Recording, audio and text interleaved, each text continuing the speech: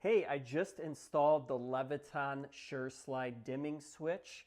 Here's a closer look at it right here. This has a nice slide to be able to dim and brighten your lights. The slide is nice and smooth and it holds to your desired positioning. This also has a light switch on the bottom. I like the look of this. It's nice and modern looking. I like the white design of it. This allows me to dim down the lights in my dining area here.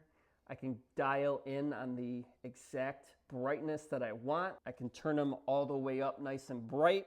I can dim them. I can go right in the middle. This is fairly easy to install. If you're not comfortable with electric, I would make sure you have an electrician install this. This can be used with a single switch. It will also work with a three-way switch system. So if you have more than one light switch, you're going to want a couple of these. That way you can dim from multiple locations. But whether you have one location or two, this will work with both setups. Overall, I like the simplicity of the installation and I like the functionality of it as well.